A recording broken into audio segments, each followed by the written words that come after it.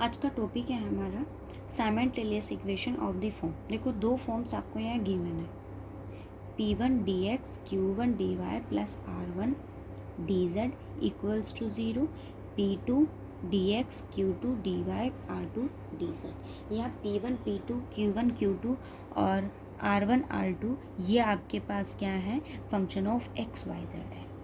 ठीक है, अब एक चीज़ आप यहाँ ये देखो कि आपको जो दो इक्वेशंस गिवन है ये अच्छा मेथड है, और ये आपके पास आपको इसका जो सेकंड पार्ट है जो आप सेकंड ईयर में रीड करोगे पीडी पार्शियल डिफरेंशियल इक्वेशन, वहाँ पे आपको देखने को मिलेगा। ठीक है, देखो क्या है, ये कहता है P1 dx ओवर dz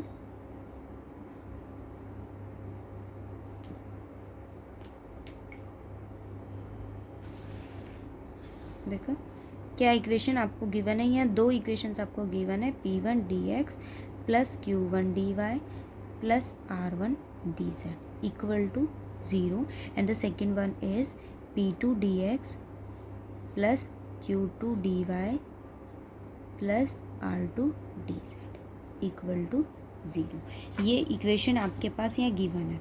सो कंडीशन देखो, आपके पास यहाँ इक्वेशन गिवन है, तो मैंने क्या किया, दोनों इक्वेशंस को डिवाइड किया किससे, dz से।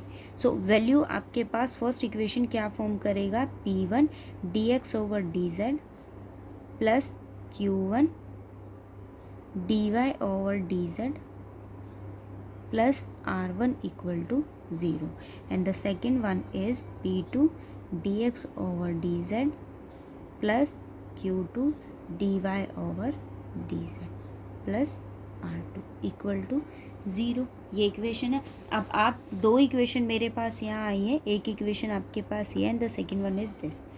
सो मैंने यहाँ क्या किया, क्रॉस मल्टीप्लिकेशन मेथड से दोनों को सॉल्व किया। तो देखो आपके पास वैल्यू क्या आएगी, क्रॉस मल्टीप्लिकेशन का मेथड क्या होता है, dx बाय dz, दोनों को हम मल्टीप्लाई करेंगे तो आपके पास वैल्यू क्या आएगी, Q1 R2 minus R1 Q2 equals to dy by dz, क्या वैल्यू आपके पास फॉर्म करेगा, R1 P2 minus R2 P1 equal to, ये आपके पास क्या हो जाएगा 1, क्योंकि यहाँ मेरे पास कोई भी फॉर्म नहीं है, dz बाई dt नहीं है, ऐसा कुछ नहीं है। सो वैल्यू क्या हो जाएगी 1। यहाँ आपके पास क्या आ जाएगा, P1 Q2 minus P2 Q1। Okay, सो आपके पास वैल्यू क्या आ गई यहाँ, dx over Q1 R2 minus R1 Q2 equals to dy over R1 P2 minus R2 P1 equals to dz over P1 Q2 minus P2 Q। So अगर आप यहाँ देखो ना, तो इस इक्वेशन की आपके पास फॉर्म क्या है, dx by P dy by Q and dz by R। तो गिवन इक्वेशन में आपको क्या करना है, जो dx का कोफिशिएंट होगा वो डिनोमिनेटर में, dy का कोफिशिएंट डिनोमिनेटर में, dz का कोफिशिएंट भी डिनोमिनेटर। ठीक है, तीनों के बीच रिलेशन किसका रहेगा, इक्वालिटी का रहेगा। आपको क्या करना है, फैक्टर्स चूज करना है। अब इसके मेथड देखो। ठीक है, आपको फर्स्ट मेथड के अकॉर्डिंग क्या करना होता है, आपको एक ऐसे फैक्टर्स को चूज़ करना होता है तीनों के लिए कि जहां आप उस इक्वेशन को तीनों को मल्टीप्लाई करो, या तीनों को मल्टीप्लाई करो, ऐड करो, सब्ट्रैक्ट करो, तो ये डिनोमिनेटर वाली टर्म आपके पास किसके इक्वल आनी चाहिए, 0 के इक्वल आनी चाहिए। सपोज मैंने यहाँ क्या चूज़ करा, तीनों के लिए मैंने 3 फैक्टर्स चूज़ करे, L, M और N। ठीक है, सो कंडीशन आपके पास क्या होनी चाहिए, L dx, मैंने क्या किया, तीनों को ऐड किया है, ये L है, ये M है और ये N फैक्टर के लिए है। सो क्या वैल्यू हो जाएगी, M dy plus N dz by LP plus MQ plus NR। Okay, condition क्या होनी चाहिए, आप जो फैक्टर चूज़ कर रहे हो, ऐड करो या सब्ट्रैक्ट करो, उसकी कंडीशन आपके पास ये होगी, LP plus M Q plus N R किसके इक्वल होगा, 0 के। ठीक है, L P plus M Q plus N R आपके पास क्या फॉर्म करेगा, 0 के इक्वल होना चाहिए। अगर ये 0 हो जाता है उस कंडीशन में आप यहाँ से क्या निकालोगे, सॉल्यूशन। ये 0 हो जाता है तो वैल्यू क्या हो गई, L D X plus M D Y plus N D Z equal to 0। अब आप इसको इंटीग्रेट कीजिए और सॉल्यूशन फाइंड आउट कर लीजिए। ये कंडीशन है, मतलब आपको फैक्टर्स चूज़ करने होंगे जहाँ आप क्या देखोगे कि डिनोमिनेटर वाले टर्म इनको मल्टीप्लाई करें किसी टर्म से, या डिवाइड करते हो, ऐड करते हो या सब्ट्रैक्ट करते हो, आपके पास क्या वैल्यू आनी चाहिए, 0 फॉर्म करना चाहिए। ठीक है, इसका सेकंड मेथड आपको ये कहता है, आप ऐसा कीजिए कि सॉल्यूशन ऐसे भी फाइंड, देखो 2 सॉल्यूशंस आपको यहाँ फाइंड आउट करने होते हैं corresponding to arbitrary constant C1 and C2। Second method की अगर मैं बात करूँ तो सेकंड मेथड में वो आपको ये कहता है,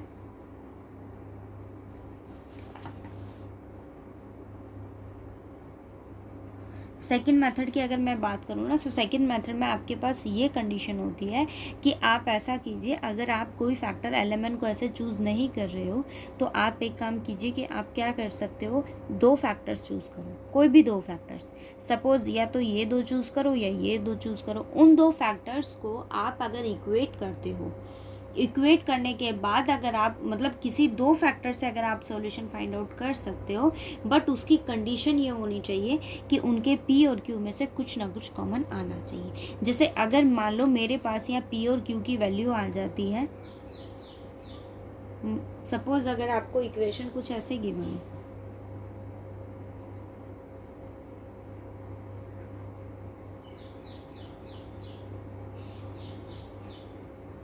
ठीक है, सो और यहाँ आपको सिर्फ क्या गिवन है, D Z over Z given है।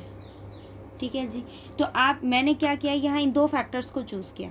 इन 2 फैक्टर्स को, ये सिर्फ एग्जांपल के लिए मैंने आपको बताया है, 2 फैक्टर्स को मैंने यहाँ चूज़ किया। अगर आप इन 2 फैक्टर्स को लेते हो ना, तो दोनों में से क्या टर्म कॉमन आती है, एक्स वाई कॉमन आएगा, जो दोनों टर्म्स को क्या कर देगा, कैंसिल आउट कर देगा।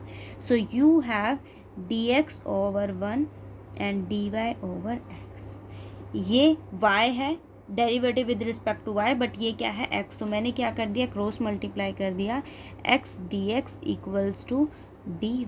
अब आप इसको इंटीग्रेट कीजिए, क्या हो जाएगा, x²/2 equal to y plus c। ये सॉल्यूशन आ गया। ठीक है, सो आप ऐसे भी सॉल्यूशन फाइंड आउट कर सकते हो कि आप किसी 2 फैक्टर को चूज़ करो बट उनमें कुछ कॉमन होना चाहिए। ठीक है, अदरवाइज अगर आप ऐसा कोई फैक्टर फाइंड आउट कर सकते हो जहां आप एलिमेंट को चूज़ कर सको कि मल्टीप्लाई करो, ऐड या सब्ट्रैक्ट करो या डिवाइड करो, सो उस कंडीशन में आपके पास क्या आना चाहिए, कोई भी सॉल्यूशन आना चाहिए। ठीक है जी, ये आपका फर्स्ट मेथड है, ये आपके सेकंड मेथड की कंडीशन है।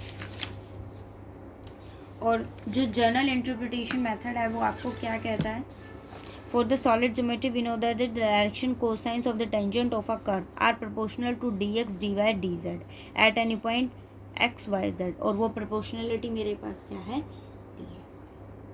तो उस केस में भी आप क्या फाइंड आउट कर सकते, उसका डायरेक्शन रेशियोज आप फाइंड आउट कीजिए, टेंजेंट के अलोंग, एक्स वाई जेड के अलोंग, और सॉल्यूशन फाइंड आउट कर लीजिए। ओके, जैसे एक्सरसाइज का क्वेश्चन हम देखते हैं।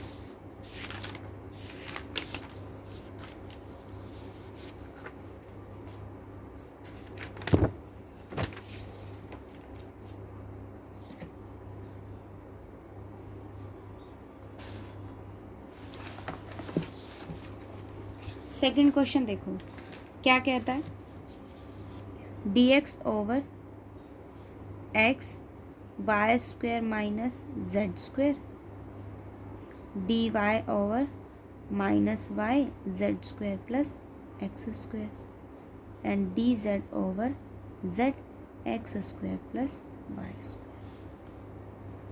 अब आप अगर, मैं सिर्फ डिनोमिनेटर की बात कर रही हूँ, तो अगर आप देखो तो ये इक्वेशन आपके पास है। अब आप ऐसा कुछ चूज़ कीजिए कि मैं दोनों को ऐड करूँ या सब्ट्रैक्ट करूँ, या कुछ मल्टीप्लाई करूँ या कुछ डिवाइड करूँ, कि इनका सम आपके पास या सब्ट्रैक्शन आपके पास क्या आ जाए, 0 आ जाए।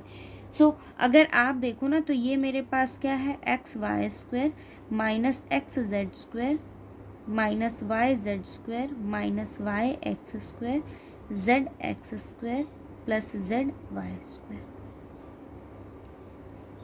ठीक है, ये इक्वेशन मेरे पास है। अब आप अगर देखते हो, मैं अगर तीनों को ऐड करूं तो यहाँ आपके पास क्या है, जेड एक्स स्क्वायर है, बट एक्स स्क्वायर का कोफिशिएंट यहाँ क्या है, वाई, यहाँ एक्स स्क्वायर नहीं है आपके पास, तो ये कैंसिल नहीं हो सकता, इनका सम नहीं हो सकता ना। सो मैंने क्या किया, इस टर्म को मल्टीप्लाई किया, फर्स्ट फैक्टर को मैंने मल्टीप्लाई किया एक्स से, इसको किया वाई से और इसको किया जेड से।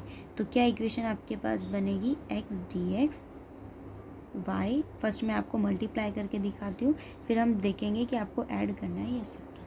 आप ऐसा भी कर सकते हो कि आप यहाँ पर 1/x को चूज़ कर लो, 1/y को, वो भी मैं आपको बताऊँगी। देखो फर्स्ट मैंने क्या किया, मल्टीप्लाई किया। अगर आप मल्टीप्लाई करते हो तो वैल्यू आपके पास क्या आ जाएगी डिनोमिनेटर में, X square Y square minus X square Z square. यहाँ आपके पास क्या वैल्यू आ जाएगी, वाई से करेंगे so minus Y square Z square minus Y square X square, और यहाँ आपके पास क्या आ जाएगा, Z square X square plus Z square Y square. Okay, अब आप ये देखो कि एक्स स्क्वायर का कोफिशिएंट जेड स्क्वायर, ये पॉजिटिव ये नेगेटिव कैंसिल आउट हो जाएंगे। वाई स्क्वायर का coefficient Z square, positive negative cancel out हो जाएंगे। X square Y square, positive negative cancel out हो जाएंगे। तो आपके पास वैल्यू क्या आ गई, X D X plus Y D Y plus Z D Z है ये आपके पास। मैंने क्या कर दिया, तीनों को ऐड, क्योंकि मुझे यहाँ साइन करने की मतलब साइन चेंज करने की कोई नीड नहीं है। और ऐसा भी नहीं है कि आप इनको सब्ट्रैक्ट, और आप ऐसा कर लीजिए, अगर आपको लगता है सपोज ये दोनों टर्म आपके पास पॉजिटिव होती है, आप क्या करते हैं, यहाँ माइनस वाई से मल्टीप्लाई कर देते, फिर तीनों को ऐड कर दो। तीनों को ऐड करेंगे तो देखो X square Y square minus X square Z square minus Y square Z square minus Y square X square plus Z square X square plus Z square Y square. तो value क्या आ गई, X D X plus Y D Y plus Z D Z, X square Y square X square Z square क्या आ गया, 0। It means you have X D x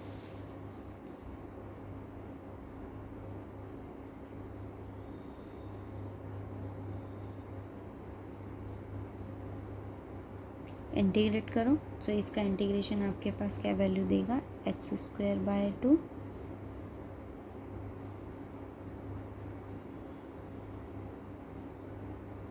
okay. So solution क्या आ गया, X square plus Y square plus Z square equal to. अब एक condition ये देखो कि आपके पास यहाँ मैंने एक्स से वाई जेड से मल्टीप्लाई किया, कोफिशिएंट सेम बना लिया, बट आप अगर एक चीज़ यहाँ से देखो ना, सपोज़ ये आपके पास एक्स नहीं है, वाई स्क्वायर यहाँ पॉजिटिव है, कोई टर्म ऐसी जहाँ आपके पास वाई स्क्वायर, देखो वाई स्क्वायर यहाँ पॉजिटिव है बट यहाँ भी वाई स्क्वायर है ना, जेड स्क्वायर नेगेटिव है, यहाँ से जेड स्क्वायर कैंसिल आउट हो जाएगा, यहाँ एक्स स्क्वायर है तो ये टर्म कैंसिल हो गई। तो मैंने यहाँ क्या किया, डी एक्स को मल्टीप्लाई किया 1/x से, and the second thing is that y square यहाँ पॉजिटिव है यहाँ भी पॉजिटिव है, तो दोनों टर्म कैंसिल नहीं होंगी। Second one is that, third one is that कि जेड स्क्वायर यहाँ आपके पास नेगेटिव है, यहाँ भी जेड स्क्वायर नेगेटिव है क्योंकि इसका कोफिशिएंट आपके पास -y है। तो मैंने क्या किया, ये भी नेगेटिव रखा ये भी नेगेटिव रखा, इट मीन्स मैंने क्या लिया 1/x, एक कोफिशिएंट एक मतलब जो फैक्टर है मैंने चूज़ करा 1/x फर्स्ट फैक्टर के लिए, and the second one is 1/1 and the third one is -1/z। तो देखो इक्वेशन क्या हो गई, 1/x और मैंने तीनों को ऐड किया है -1/y dy and -1/z and dz। तो इक्वेशन आपके पास क्या आ गई, आप यहाँ 1/x से मल्टीप्लाई कर रहे हो तो x से x कैंसिल हो जाएगा, y square minus z square आपके पास एज इट इज़। ओके, ये आपके पास नेगेटिव साइन से है तो नेगेटिव नेगेटिव क्या हो जाएगा, पॉजिटिव हो जाएगा, और y से y कैंसिल हो जाएगा। तो वैल्यू क्या आ गई, Z square plus x square, -1/z से मैंने डी जेड को मल्टीप्लाई किया, ये पॉजिटिव है तो नेगेटिव साइन से मल्टीप्लाई करूँ, कंप्लीट टर्म क्या हो जाएगी negative, x square plus Y square क्या हो जाएगा, -x square minus Y square से 0 हो गया, dx over x minus dy over y minus dz over z equal to 0। So integration करो, यहाँ वैल्यू क्या हो जाएगी, log x minus log y minus log z equal to log c। मैंने coefficient को उसी फॉर्म में ले लिया। आपके पास वैल्यू क्या हो जाएगी, log x माइनस, मैंने दोनों से कॉमन लिया तो पॉजिटिव साइन मिड में आ जाएगा आपके पास,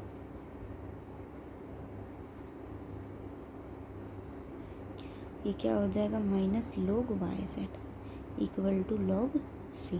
तो क्या आ गया, x by y z equal to C2। तो सॉल्यूशन आपके पास यहाँ क्या वैल्यू दे गया, इसको C डैश ले लो, क्या सॉल्यूशन आ गया, Y Z equals to C2x।